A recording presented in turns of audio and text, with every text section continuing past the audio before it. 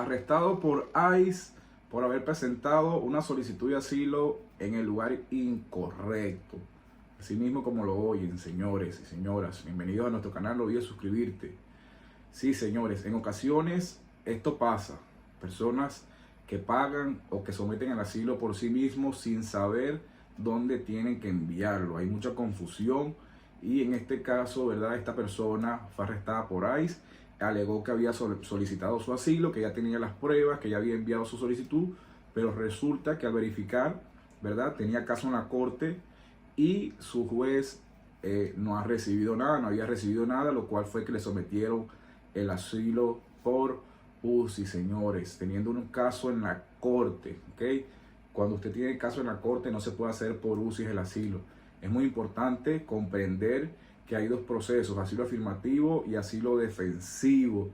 No es que tú vas a aplicar asilo afirmativo porque sí o al defensivo porque sí, no, es ver si tienes caso en la corte o no, primero y principal, conocer asilo defensivo y asilo afirmativo. Ambos son el mismo formulario I-589, el mismo proceso, ¿verdad? Pero simplemente uno, ¿verdad? En el caso del afirmativo, ¿verdad? Es cuando no tienes corte, que has entrado al país por paro humanitario, entraste por una visa, fuiste admitido legalmente con un parol 212 de 5 en la frontera, no tienes corte, ¿ok? Ya estás a punto de cumplir el año, no te aparece nada de corte, nada, puedes aplicar por asilo afirmativo en UCI IES, un asilo en línea, porque no tienes corte, no tienes jurisdicción, ¿verdad? Y se presenta por UCI IES en línea. Ahora, cuando usted tiene caso en la corte, que usted se vio que tiene caso en la corte, todo eso, y usted va a hacer una aplicación de asilo por UCI IES, es incorrecto como lo va a someter,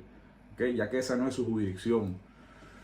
Cuando usted tiene caso en la corte es un asilo defensivo. ¿Por qué? Porque están planeando deportarte en la corte y tú estás defendiéndote. Asilo defensivo, como lo mismo la palabra dice. Defensivo porque con eso te vas a defender.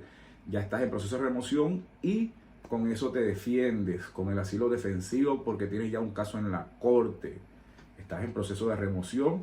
¿Y qué tienes que hacer en ese caso? Cuando estás en la corte, mandar tu aplicación de asilo a tu juez correspondiente, al juez que te aparece en la página de Eroir, al juez que te aparece en Migra Connect, al juez que te aparece, ¿verdad? en el TA, el juez que te aparezca allí.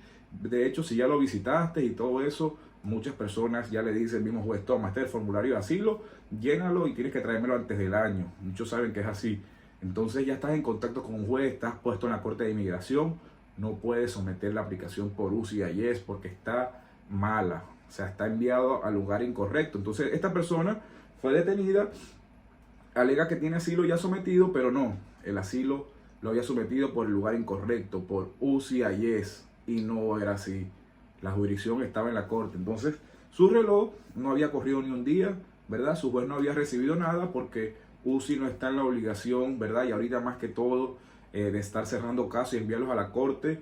Entonces, eso es lo que te puede perjudicar. Esta persona, nada, no tenía caso tenía caso en la corte y fue sometido de manera afirmativa el asilo, señor. Entonces es muy importante, por eso esta persona está detenida, ¿verdad? La realidad es que sí, el juez no ha recibido nada.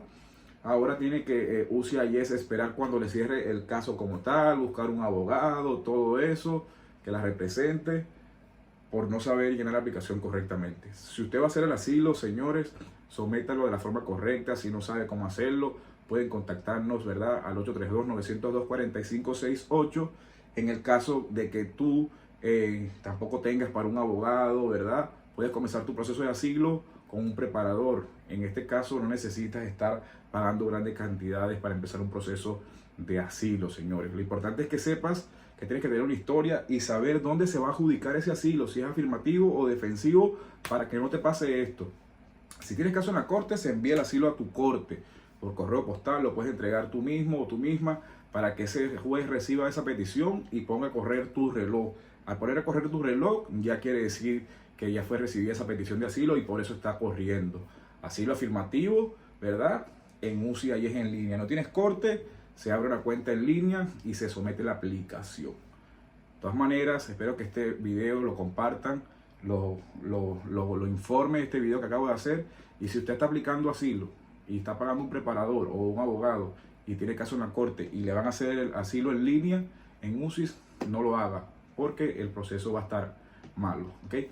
Solamente cuando el asilo es defensivo se envía un tips, es una carpeta UCIS, ¿verdad? A Nebraska, no tiene nada que ver con el asilo.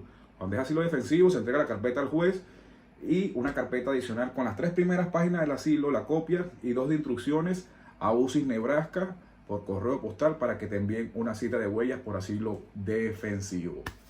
Es todo. Saludos y bendiciones. Comparte este video y guárdalo.